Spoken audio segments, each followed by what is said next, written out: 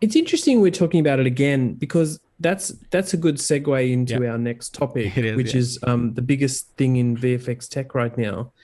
Now, the thing that I wanted to talk to you about, Hugo, isn't necessarily the biggest thing in VFX tech right now, but it's something that you and I think, had both observed in animated films. And this is the link to Ratchet, Yeah.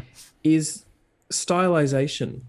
Yeah. If you've been watching a few big films recently, and really, I think a lot of people notice this mostly with Into the Spider-Verse, is that whereas animated films seem to be going for, super um, ray traced quality photoreal, but also cartoony photoreal for many years, I feel like, and this is almost a pretty obvious observation, things have pivoted back to trying to be as stylized and as 2D in some ways as possible. One of the obvious films recently was Sony Animation's The Mitchells versus the Machines, Yeah. which is a Netflix film, but it was made by Sony Pictures Imageworks essentially. Hmm. Full of little stylization efforts by the production designer, by the whole team, by the director, by everyone, just to give it that sort of more. I keep saying stylized, but that's exactly what they were going for. Have you noticed that, Hugo, just as much in some of these animated films around the place? I have, of course. I will never forget when I went to a Visual Effects Society event where they showed Paperman for the first time. I went. Paperman. It was an Yeah. event years ago here in London where the director was there and he spoke about his project. He had a keynote and then he showed the film. And I'll never forget it. Our jaws dropped to the floor. It's so funny, that event, because we had to leave our phones on the entrance. We couldn't even take our phones Right. inside. It was very secretly, because it was like it was going to go to the Oscars and no one could talk about it. And this was such a long time ago. I think it was like 5 years ago or 4 years ago or something like that. And I'll never forget it. And I looked at that. And even myself back then, I was already talking a lot about this with my clients, and because I was doing a lot of game cinematics at that time, with Fire.Smoke and with Ubisoft and with Dam's Buster as well. And we also discussed a lot that I feel like the stylization, this kind of style, of course now everyone looks at Spider-Verse, but I think Paperman was the first one. Spider-Verse was really the moment, the pivotal moment where it came to, everyone saw it, everyone noticed it. Mm. I personally feel like stylization is a reflection where we were heading. Because if you think about it, I've always hated the fact that people pursue perfection in CG all the time. I've never been interested on that, because I feel that photorealism ends up becoming the last year's news. Like whenever you do something photoreal, in a couple of years, it doesn't look photoreal anymore. Just look back. If you look back and you look at some of the CG trailers from games that looked photoreal before, now they look ridiculous. Look at Toy Story, looked really real back then, and now you look at Toy Story 4 and it's a joke compared to in terms of the shaders. And I Mm. feel that stylization, like Paperman, like Mitchells and Machine, like Spider-Verse, is a response to the creative. It's a creative response, because films need to last a long time. Films should last and test the test of time, and photorealism does not last the test of time. Stylization does. Yeah. I think that's Yeah. why you see all these creatives now starting to do it, because they know, Spider Verse in 30 years from now, it's still gonna look mind blowing. You know, Mm. but I other think I films I think I won't. know what you I definitely agree with you, and I think it's even further than that. But in the case of Spider-Verse and Mitchell's versus Machines, and of course Paperman, part of it is the story. I Yeah, mean, in Spider-Verse, it's a comic book representation in yeah, some ways. yeah. In Mitchell's, the main character, she's a artist who sketches and draws, so some of it is reflective of that.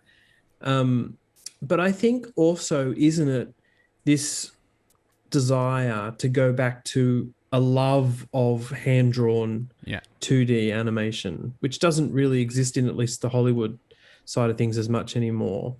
I You know. know, it exists in a lot of other places. But it's funny, But right? It's funny because we mm, spent all these years staying away from hand drawing. And you look at mm, there was a couple of years there that Ghibli was the only place still making 2D stuff, which I yeah, love. They were beautiful. Their films for Miyazaki, they were like the pinnacle. They were at the Oscars all the time, and everyone else was doing full CG. I'm not saying that you should not do full CG. Obviously, it's a really good point, Ian. These films specifically, they are meant to be done this way because their stories are supposed to be taught that way. Spider Verse helps the story to be drawn like this. Obviously, you shouldn't yeah, force it. You shouldn't force just for the sake of it. But I feel like the abandonment of 2D was a bit harsh. I felt it was a bit harsh because we shouldn't have left it completely. If you look at the big yeah, classics like Akira and like all the films from Ghibli and all the productions that France have created from Asterix and the Obelix and all these really beautiful productions done by hand, hand drawn, you know, they shouldn't. Everyone just abandoned it completely, and now we're mm, all trying to come back to it and trying to pick up the yeah, pieces. And I feel it has to do with the fact that nothing beats the creative input of hand drawing. And I know it's not really hand drawing, it's done by a computer, it's done with the help of artificial yeah, intelligence. I know that it's helped with a lot of tools, but those are just tools, like it is still the organic nature they're trying to recapture that we lost, mm, especially on the year 2000s, where films started looking so generic. Animation films, I'm talking about, started to look so generic. So I really love this. I love because I'm a me sucker for too. 2D. I'm from Portugal, and Portugal has a huge tradition of 2D animation. Even in school, I come from an art school. We used to do 2D animation at school. They've always had a lot of directors on that. France, we have a huge connection with France. France always had a lot of 2D animation. They still do. They still have degrees on 2D animation. And I felt like and even volume animation. If you look at Hollis and Gromit and everything, I just feel like sometimes I don't know. I don't want to sound like the old man. Like the little GIF, like the little meme of Simpsons with the old man complaining. I don't want to sound like the old man, but I sometimes feel people advance the new technology too quick, and they never try to either keep using some technology or adapting it or merging it. I just feel that everyone was too quick to drop 2D, and it is funny that now we're all coming Yeah. back to it. I mean, just to be clear, the films we're talking about, they're animated in 3D. Of It's course, of just that course. they tend to be bringing back some stylized Yeah, sections to it. yeah, One thing that I observed a couple of weeks ago was that Disney, which is Disney Animation, which was behind Paperman, and they used a tool there called Meander. yeah, I think has another short called Far from the Tree yeah, coming out. Maybe it was released at Annecy. yeah. The other thing that is really great is that some of these big studios are really showcasing and getting much more into non-photorealistic rendering. Pixar's RenderMan Yeah. has a lot of those options now. One company I always like to look up is Lollipop Shaders, which do a lot of that NPR stuff. Yeah. I really love it. And actually, it's funny, Hugo. One of the things I observed once was what film was I watching? But I can't remember what it was. I bought the Art of Book before I saw the film, and those Art of Books that have concept art and Yeah. production design, and it was so beautiful. And then when I watched the film was actually beautiful, but it didn't feel at all like the Art of Yeah. Book, Yeah. right? Yeah. So I did the same thing with Mitchell's versus the Machines. The Art of Book feels like the film, and Yeah. the film feels Yeah. like the Art of Yeah. Book, which I think is a really cool thing. And that's sort of where we might be heading more with But this kind of design stylization. the funny thing, I'm so glad you said that. I have hundreds of art books all scattered here to my Yeah. office, which is a pain when I move. Um, I feel like the best in the past, before we had this big stylization renaissance, before I used to buy art of books because I knew the concept art was always better than the film. Always, at all times. Whenever you look at a film, not even just animation, but even a film, whenever you look at the concept art from a Blade Runner film, or even whenever you look at the concept art from a Star Wars film, the concept art always looks better than the final result. Better? Okay, It does. Keep going. It does. And I feel like the concept art. And I feel like that because I think I have a theory, and I think that has to do with this conversation. My theory is that when we're doing concept art, and I've done it many times for my own productions, it's a much more intimate situation. You are either by yourself or with a concept artist. There's only 2 or 3 people involved in the production.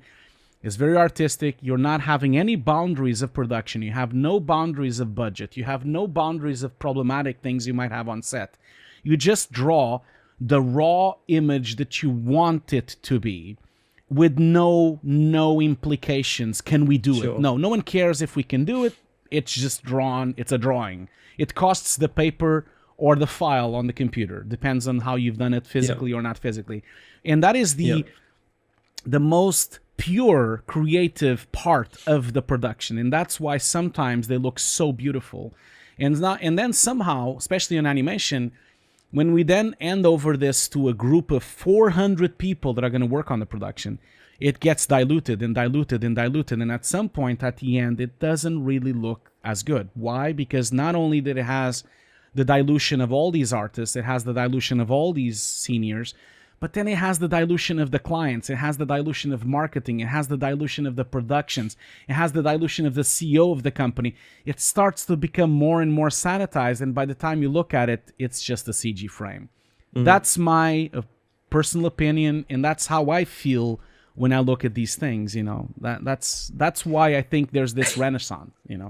Yeah, no, I'm with you. And what's interesting is that these big studios are doing it, but a lot of that stylization stuff you can now do, with apps. Yeah. I mean, you could always do it in Photoshop or whatever. Frame by frame. Yeah. But you can. I've met people that have done that, Yeah. There's a couple of really fun ones to look at and try out. One is called Absinthe, which I think people might have already tried. And there's some AI machine learning type ones too, something called StyleGAN from NVIDIA. Yeah. And they just also released, I think it was their Gauguin tool became Canvas, which is not, I mean, it's a bit different than stylization, but it's about brushstrokes turning into stylized paintings or realistic paintings. So what I like is that you can often try these out now, and there's always this extra research at SIGGRAPH and elsewhere about turning realistic scenes into stylized scenes. Yeah. So it just feels like there's always something bubbling in relation to this area. What were you going to say? Because you weren't going to disagree with me about the concept arts. Please let me know. What were you going to say? I mean, I totally agree with you about how it tends to be a personal type approach to concept art. Something that a Star Wars, a concept artist has time to produce an amazing image, and then it goes through lots more hands. Yeah. But there are definitely times where it's enhanced, and made better and fits into the story better. Yeah. Because I'm sure that there's some concept art around that has ridiculous fins on a spaceship that aren't necessary, just because they could draw them. I mean, something like that. But I totally agree with that. I understand what you mean. I understand. I feel... I think this is a problem, a personal problem, because I feel like I'm starting, now that I'm getting older and I've done so many big productions and I'm now doing smaller and smaller productions, I personally start feeling that I've lost track of what I was doing, and sometimes I lose the artistic edge that I was trying to approach, and exactly because the teams are too big and there's too many people involved, and I feel like concept art is the most closest you get to a personal project almost, which usually those are the ones that look the best because you have more time and you're putting your own sweat and you're putting your soul into it, So I don't mean to disrespect anyone, because I do agree with you, Ian, that there's a lot of films that have benefited greatly by having amazing artists after the fact, obviously. But I just think that I I really love this new renaissance because I feel that we're reaching something new, and we could still have the CG, but we also can have this. And there was a time in the 2000s, between the 2010s, and that I just felt that people abandoned all these things, and they didn't need to abandon them. They could have refought them. They could have still used them. And it just hurts my soul whenever I look at cartoons, whenever I switch on a children's cartoon TV show, it's all this really crap CG instead of the beautiful hand-drawn stuff that we used to see when we were younger. And I understand it's more expensive, but something has really definitely been lost by that. When I was younger, everything was hand-drawn, from Hanna-Barbera to Transformers to G.I. Joe. Even crappy stuff like G.I. Joe was hand-drawn.